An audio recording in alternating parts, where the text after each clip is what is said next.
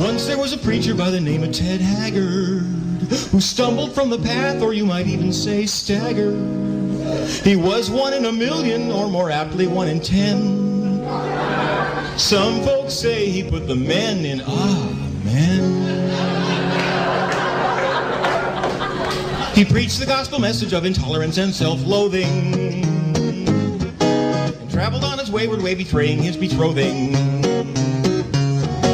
He was the soul of piety and no one doubted him, until he hired a gigolo and used a pseudonym. So he humbly went to counseling, and then 3 weeks later he's born again.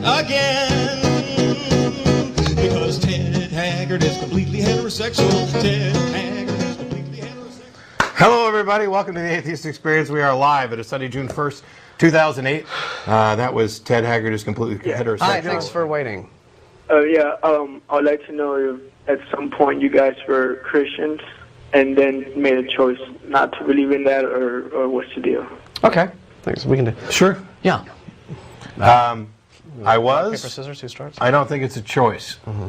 I didn't make a choice. I don't think you choose what your beliefs are. I think your beliefs are the result of being convinced of the truth of something.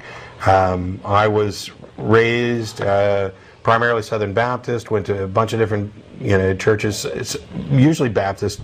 I was a Christian to varying degrees at different times in my life, from the age of 5 to, and I was more active as a teenager, both with church stuff and, with mission opportunities. I went in the Navy for about 8 years. After I got out of the Navy, I still believed, but I didn't go to church. I wasn't practicing, didn't have these beliefs. And then around 2000, 2001, I had a period where I wasn't working, but I had the money to sit at home and study stuff, and I had always felt that God had wanted me to preach, and I'd been maybe avoiding that call. So I began a kind of detailed study on my own to fulfill the obligations that I felt as a Christian, to be able to explain to other people why they should also believe. And I didn't just fail, I failed phenomenally as I actually began to investigate the issues, the arguments for the existence of God, the arguments for Christianity.